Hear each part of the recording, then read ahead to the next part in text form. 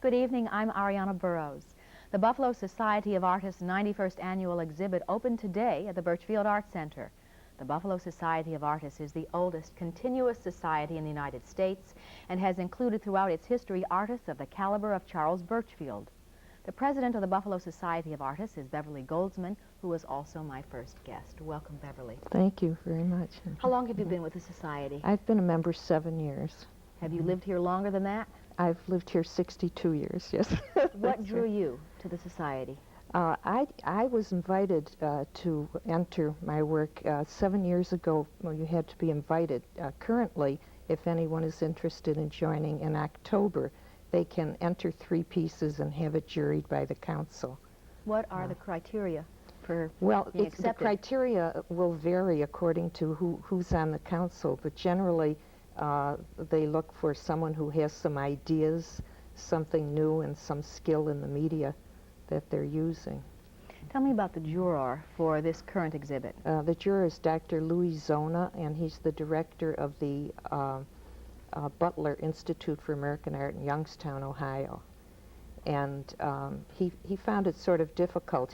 He's sort of a soft-hearted man, and he wanted to include everything, but he managed, worked hard, and he managed to be selective. What was the ratio of submissions to inclusions? I think that he selected about 2/3 of the entries.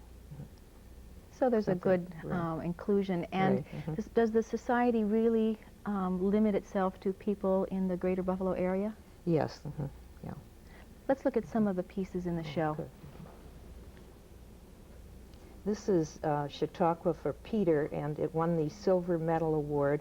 It's by Charles Hausman, and it's oil on canvas. And I find his paintings to be very evocative. This little section here is an excavation with ribbons on it. I guess we'd have to ask Charles just what that means. People usually linger in front of his paintings and try to figure out what's going on. Or maybe who's behind that window? Right, that's right. This was our gold prize award. It's called Dahlias. It's by Ardell Antonelli, and it's watercolor. She was trained as an oil painter, and she brings what she calls oil painter mentality to watercolor, so that she uses, moves from back to forward and dark to light, and she doesn't paint by chance. Everything's carefully thought of in advance. There's sort of an aura of mystery and energy about her paintings. And this is by Carlo Niceta. It's called War Workers, and it's based on a sketch he made in 1943. And he won the Marine Midland Award. It's got labor symbols, and it has sort of a religious aura about it. In addition to that, I'd like everyone to know that Carlo, who's in his early 90s, is the most delightful raconteur of stories of early Buffalo art.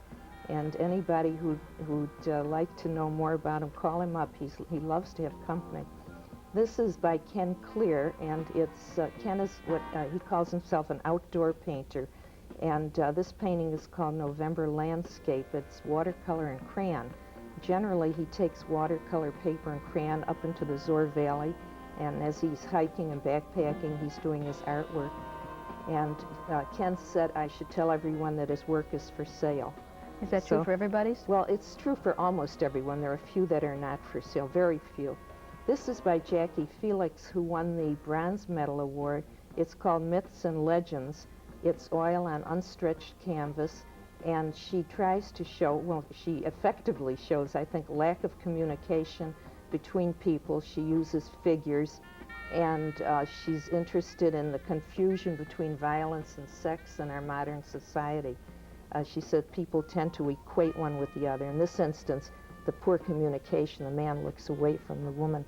This is a construction by Larry Bell, who has evolved from drawing through painting and use of found objects and collages into this three-dimensional box sculpture. And he's very excited about it. He uses a surface of found wood. I think this may be on a piece of a door, so he has a textured surface to build on. And he calls it bound whisk broom. And he won an award with that also. Certainly is a variety, even just among the prize winners. Right, right. There's something for everyone. I think modern, traditional, expressive, all kinds of approaches, right?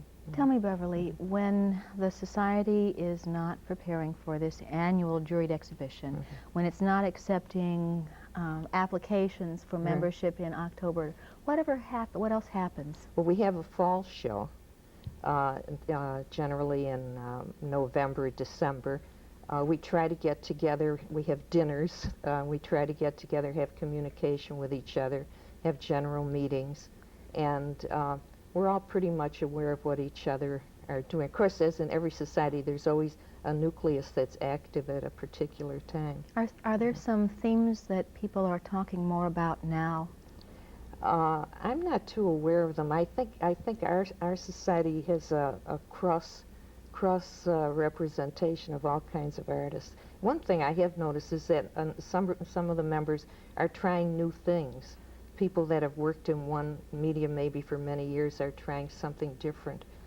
George Palmer, for example, this year, instead of a portrait, brought in a large sort of a construction that was dedicated to George O'Keeffe. It was very different from what he usually does. It's nice that both in your own society and in this arts community as a whole, there's that environment that people can feel free to experiment, even if they're established artists. That's right. Thank you very much for joining me. The Buffalo Society of Artists' 91st annual exhibit continues at the Birchfield Arts Center through August 10th.